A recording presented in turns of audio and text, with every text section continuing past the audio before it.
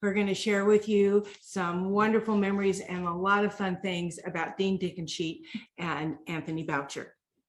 Good afternoon, everybody, or good morning, as the case may be. Thank you. It's been interesting so far. Okay, Dean Dickensheet.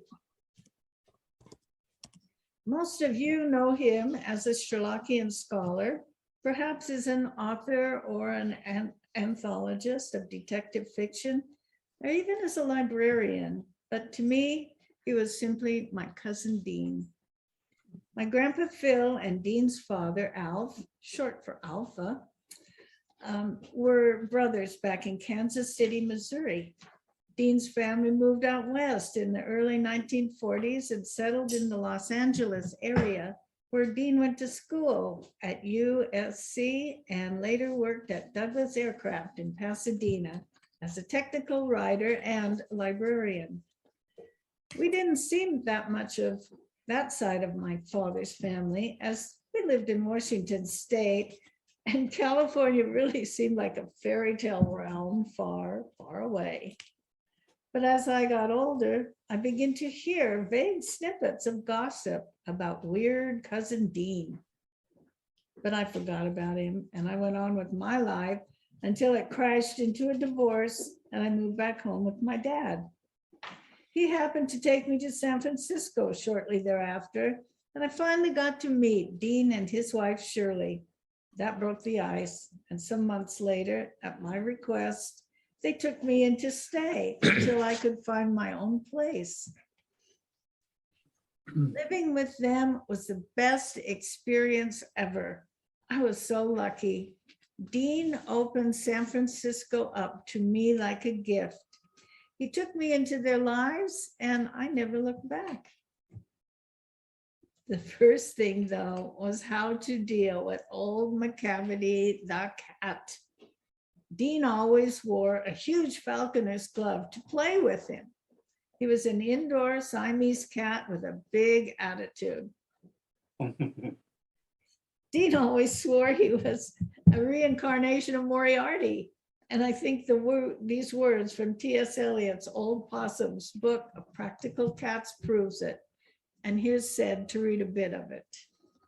McCavity's a mystery cat. He's called the Hidden Paw, for he's the master criminal who can defy the law. He's the bafflement of Scotland Yard, the flying squad's despair. For when they reach the scene of crime, McCavity's not there. McCavity, there's no one like McCavity. He's broken every human law. He breaks the law of gravity. His powers of levitation would make a fakir stare. And when you reach the scene of crime, McCavity's not there. You may seek him in the basement. You may look up in the air.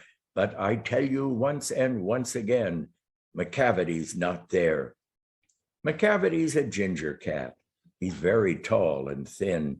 You would know him if you saw him, for his eyes are sunken in. His brow is deeply lined with thought. His head is highly domed. His coat is dusty from neglect. His whiskers are uncombed. He sways his head from side to side with movements like a snake. And when you think he's half asleep, he's always wide awake. McCavity, there's no one like McCavity. There never was a cat of such deceitfulness and suavity. He always has an alibi and one or two to spare. At whatever time the deed took place, McCavity wasn't there. And they say that all the cats whose wicked deeds are widely known, I might mention Mungo Jerry, I might mention Griddlebone, are nothing more than agents for the cat who all the time just controls their operations, the Napoleon of crime. Oh, that tells it all. Dean took me all over San Francisco, and although he didn't drive, he did know the intricacies of the entire transportation system by heart. He could get around the city faster than a yellow cab driver. He took me to the meetings of the MWA, the Mystery Writers of America, and to the Scourers, San Francisco Sherlock Holmes Club, where I was overwhelmed by meeting the authors that I had either read or just heard about. Dean and Shirley took me to the Dickens Fair in Giardelli Square. It was a magical moment to a hick girl like me from Washington to find herself strolling about Victorian London as the guest of the oh so proper Victorians, Dean and Shirley. We were all living a dream. Dean was in his heart always in London town. He wore tweed suits, a bowler hat, and he had the impeccable manners of a Victorian gentleman. A very large man, he had to make do with one leg 3 inches shorter than the other. However, he solved the problem with such clever usage of a built-up shoe in his walking stick. It just seemed right for him. He was diagnosed with cerebral palsy as a child and spent most of his time reading, and soon discovered Mr. Holmes. It was love at first word, and he went on to memorize the entire canon. He had a vast vocabulary. He could crush you with a sentence. He could swear in full paragraphs, never uttering a swear word. I remember him spitting out the phrase, Fifth Avenue pants pressers, when he was describing the publishers of his book of San Francisco true crimes, which he titled The Unquiet Fog, and which they changed to Great Crimes of San Francisco. He was so mad. He took the dedication to Shirley off the book just before it was published. Dean did have a knack for naming things. For example, Men and Malice, which was another of his mystery anthologies, and Sleight of Crime, an elegant title for Ced's anthology of tales involving, quote, murder, mayhem, and magic. Dean's brain actually had many unusual qualities: a double medulla oblongata and an eidetic memory, just to name a few. And as a result, he donated his brain to the University of California to be studied upon his death. And this was before the days of Medicare, so all of his medical bills were paid for by the university. Dean had a playful side as well. He loved puns, and he was a member of many clubs. When his adopted daughter, Adrian, was married in the high style popular with the Society for Creative Anachronism, he and Shirley adorned themselves in full Renaissance fashion for the occasion.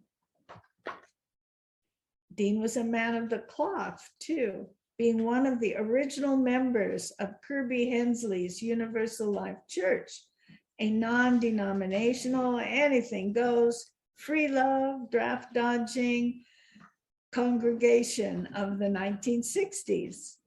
A mail order ordination allowed him and Dean and Ced as well, as they both joined together, to perform marriages.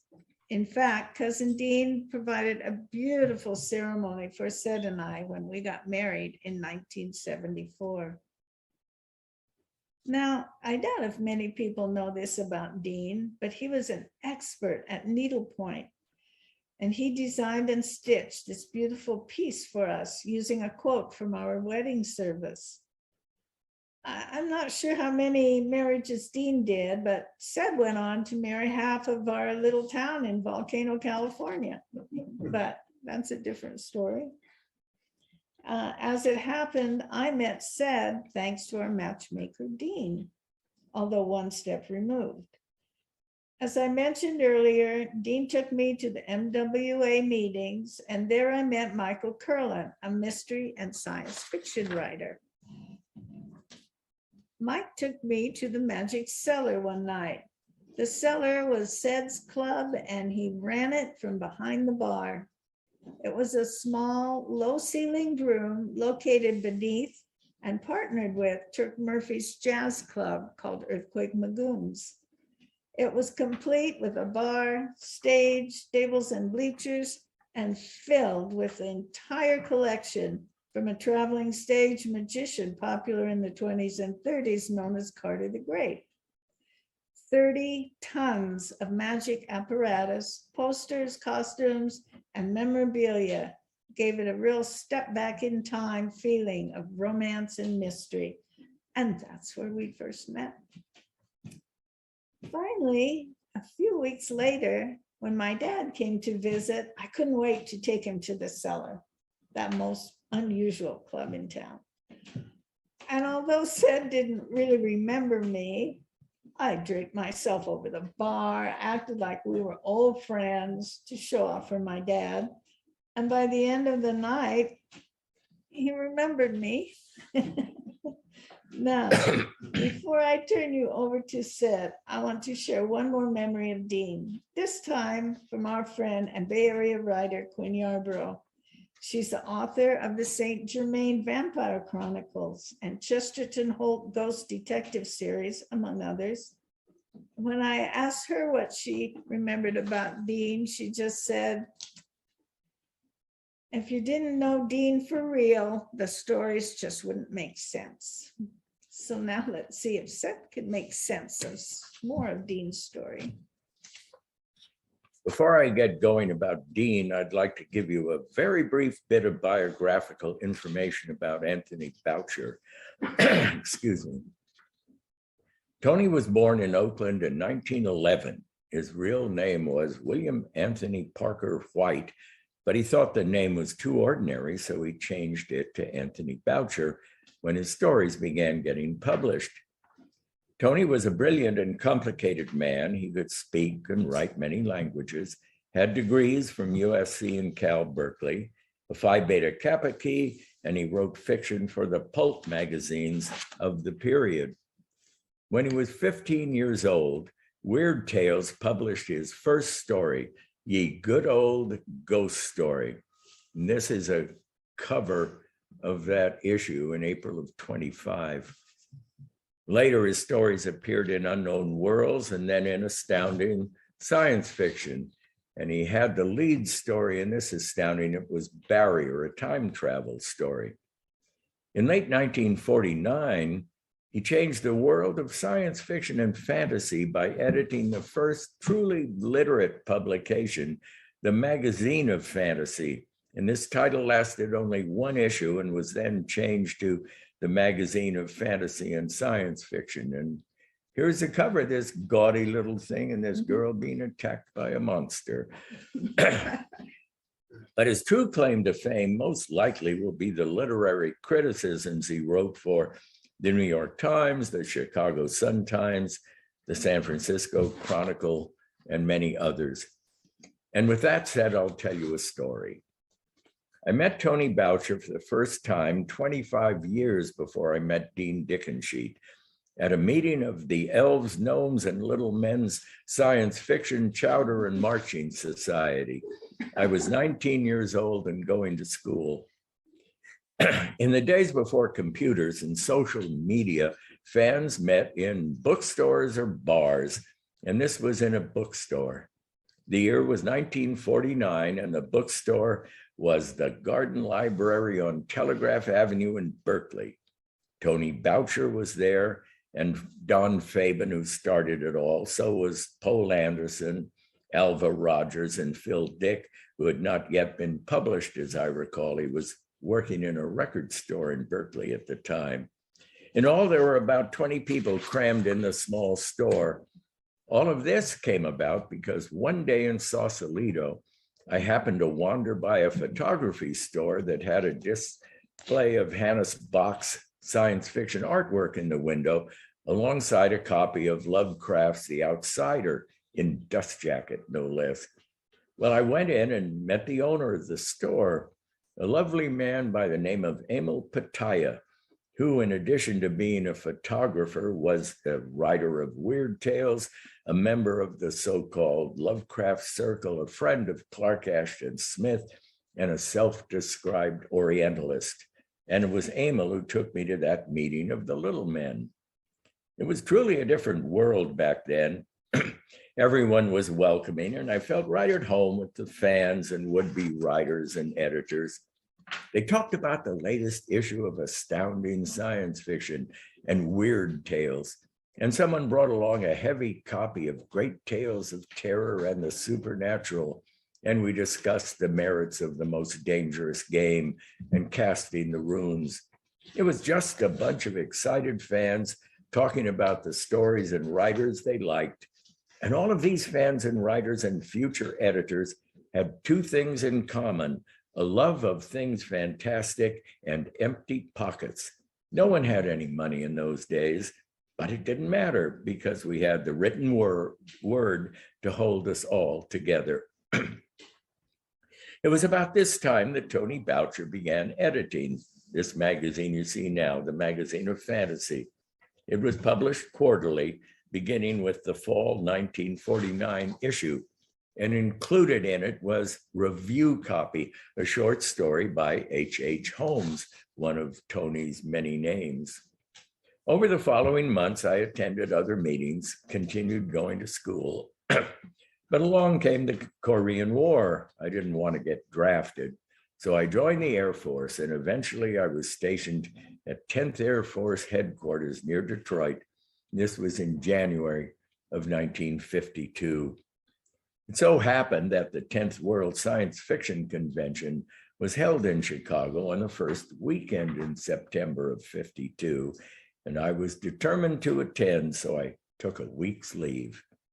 I remember the date because I got off the train. When I got off the train, I bought the September 1st issue of Life magazine, the issue that printed The Old Man and the Sea, and I wish I still had it. Anyway, the convention was held at the Morrison Hotel, and it set a record for attendance, 870, and that record lasted until 1967. I was pretty bewildered by it all, and as luck would have it, I ran into another fan who was just as lost as I was. It turned out that he had a story published in the September 52 issue of Fantasy and Science Fiction, and he was wondering if Tony Boucher was around. This fan's name was Ralph Robin, and he had the lead story, Budding Explorer, and his name was on the cover to boot. Well, one thing I did know was that if a writer or editor wasn't in a bookstore, he was in a bar, and I knew where the bar was. So Ralph and I headed for the lounge. It was jammed with people drinking, and there was so much cigarette smoke swirling around you could barely see. But there he was. There was Tony Boucher holding up one end of the bar, cigarette in hand, talking to August Derleth, creator of Solar Ponds and founder of the publishing houses of Arkham House and Mycroft and Moran. And in between the two was John W. Campbell, editor of Astounding Science Fiction and Unknown Worlds. And here's a photo of both of them. They were loud and they were waving their arms in the air, and so was everyone else around them. No one drank wine or beer in those days, and everyone smoked. It was Lucky Strike cigarettes and bourbon highballs down the hatch, and it was glorious to see. Somehow Boucher remembered me, or said he did, and I introduced Ralph Robin. Then Tony introduced the others, and I felt on top of the world. Later, I wandered around the convention hall. At dinner, I met Clifford D. Simak, and he introduced me to Ray Palmer, the diminutive editor of Amazing Stories. And Palmer introduced me to Julian May, who had written Dune Roller for Astounding the year before. In a corner of the room, I came across Theodore Sturgeon. He was sitting in a chair, plunking on a guitar and singing Thunder and Roses, a song about the after effects of a nuclear war. Then I looked down and saw that every once in a while, Ted would kick a small box on the floor, causing it to release a mushroom cloud that rose in the air like the smoke ring from a giant cigar. It was all very impressive. And if you'd like to read the story, Thunder and Roses, you can find it in the August 1947 issue of Astounding Science Fiction, or online if you do that sort of thing. Later that night, I came across Tony Boucher again. This time he was talking to Hugo Gernsback, author of Ralph 124C41 Plus and founder of Amazing Stories, the first science fiction magazine. Gernsback was truly an unusual man. He looked very serious, and Boucher looked awestruck. You can see he's looking into one of the first portable television sets that he invented. All in all, 3 days in Chicago were quite an experience. I got out of the Air Force a couple of years later, went to work in San Francisco, and the years flew by. I married, had a kid, moved to Tacoma, Washington, and a year later, my wife divorced me. I had come across 2 Arkham House books by Clark Ashton Smith in mint condition, in dust jacket, in a little bookstore, and I bought them. And that was just one dumb move too much for my wife, and she told me she wanted a divorce. And so I suddenly became homeless, moved back to San Francisco, and went to work for my brother Peter and Turk Murphy, the jazz musician. We opened a nightclub, Earthquake Magoons, in 1960, and the Magic Cellar a few years later. Alabama's Ghost, a movie all of us were involved in, was in the works. And we were having an afternoon open house in the Magic Cellar. It was really hot for San Francisco, and a couple of hundred sweating people were crammed at the little tables. These were hippie days, remember. Everyone was colorfully dressed, afro hairdos, bell bottoms, granny glasses. I had on an American flag shirt with puffed sleeves. But one man across the room stood out. He was dressed in a heavy tweed suit with vest. A walking stick was by his side, and a bowler hat was on the table next to him. Next to him sat a small but formidable-looking lady, appropriately dressed. Dean and Shirley Dickensheet, of course. We introduced ourselves, discovered we had much in common, and became good friends as the months passed. I didn't know very much about Sherlock Holmes. Dean didn't know very much about Harry Houdini, and it didn't matter. But I was totally unaware of the fact that there was a third Dickensheet living in San Francisco, Dean's cousin Jan, who just a few minutes ago told you how the two of us met. Please let me expand on what she said. It all started when one of Doyle's other characters poked his nose into my private life, Professor Moriarty, no less. He was in the guise of Michael Kurland, who had written 9 novels about the professor, and it was Michael who introduced me to the third Dickensheet in my life. The two of them came to the cellar one night, and the 3 of us had a great time. A few weeks later, she came back with her dad. I don't think I knew her last name at the time or remembered it, but when she introduced her father, I finally put 2 and 2 together. She was a Dickensheet. The next morning, bright and early, I phoned Dean. He gave me Jan's phone number. She had moved into an apartment of her own a few weeks before, and I asked her for a date, something I don't think young people do anymore. We dined at Tiki Bob's at Geary and Taylor, wined at the Bocce Ball in North Beach, and I can truly say I fell in love with Jan between Puccini's Vicidarte and Verdi's Brindisi. We went on a second date a few days later, and a week after that, we moved into my flat at 252 Francisco Street, right next door to Freddie's Sandwich Shop. We were the only ones on our street who spoke English. Everyone else spoke Italian. Then, a few weeks later, Jan came to work in the Magic Cellar. I was a bartender, she was a waitress. It was perfect. Time passed, and we moved to the Avenues, to 27th and Lake, just half a block from Dean and Shirley. Because it was so difficult for Dean to climb the stairs to our flat, we were over at their place a lot. As you would expect, it was crammed full of books and Sherlockian stuff, but Dean was interested in just about everything, and his home was a cornucopia of miscellanea, and Jan and I were always curious. Dean would tell stories and ask us questions he knew we couldn't answer, and he called us the children. although Dean and I were the same age. Once, along with a small group from the Mechanics Institute, a private library in San Francisco, the four of us ventured to Duro, London, where Dean was in his glory. We had rooms at the Montague Hotel in Bloomsbury, visited the British Museum just a block away, and ate dinner at the Museum Tavern, where Karl Marx would drink ale when he got tired of writing his manifesto. Jan, Shirley, and I ate bacon and egg for breakfast every morning, but Dean chose kippers and stewed tomatoes. I don't think he liked them. And we ate supper at Simpson's on the Strand, beef Wellington, of course. Dean was British to his very core. One day we ventured to Savile Row in Mayfair, and Dean had a heavy wool suit constructed. Once we visited a hatter who measured Dean's head with funny wires and fitted his head for a perfect bowler. And just in case Dean needed another one, the hatter would keep the map of his head on file for many years.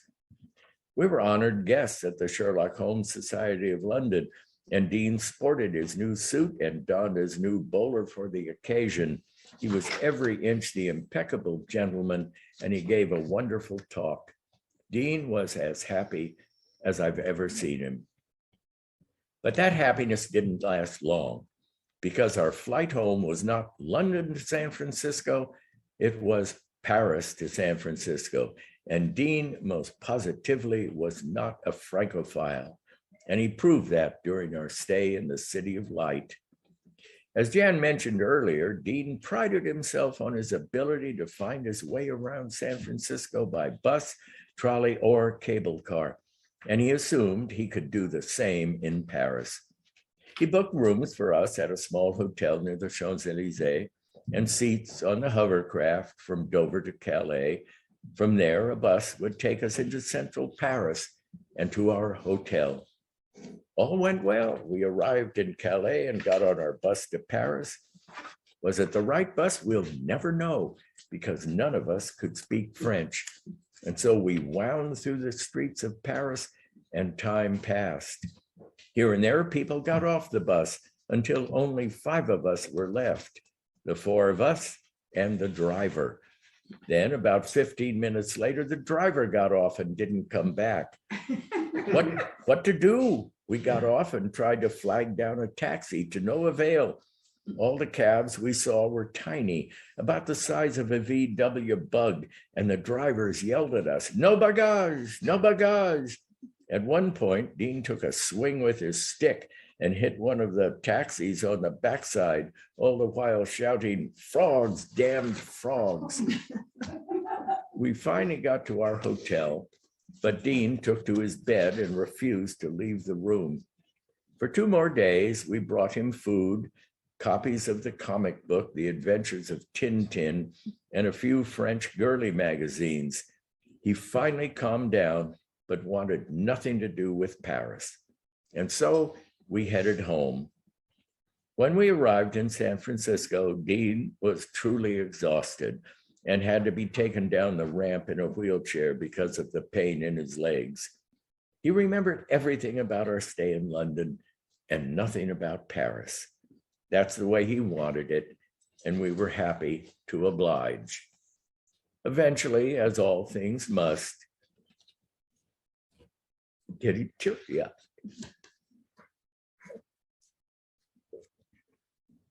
Eventually, as all things must, our lives took a different turn. Excuse me. And Jan and I moved out of San Francisco into Volcano, California, in the Sierra foothills. As the years passed, Dean continued to put up a good fight. But his poor, crippled body, good Lord. It's okay. But his poor, crippled body was unable to keep up, and he died on March 15th, 1983, at the age of 53. Tony Boucher had died 15 years earlier on April 29th, 1968, at the age of 57. Looking at this publicity photo of Tony, and Rita Grote is a wonderful way to remember them. Before I finish, I'd like to mention that for more than a year, Dean and I had been working on a novel. But when Jan and I moved to Volcano, we put the project on hold and didn't get back to it. The working title was A Bullet from Beyond, and that was a play on the title of the 1922 Houdini movie, The Man from Beyond.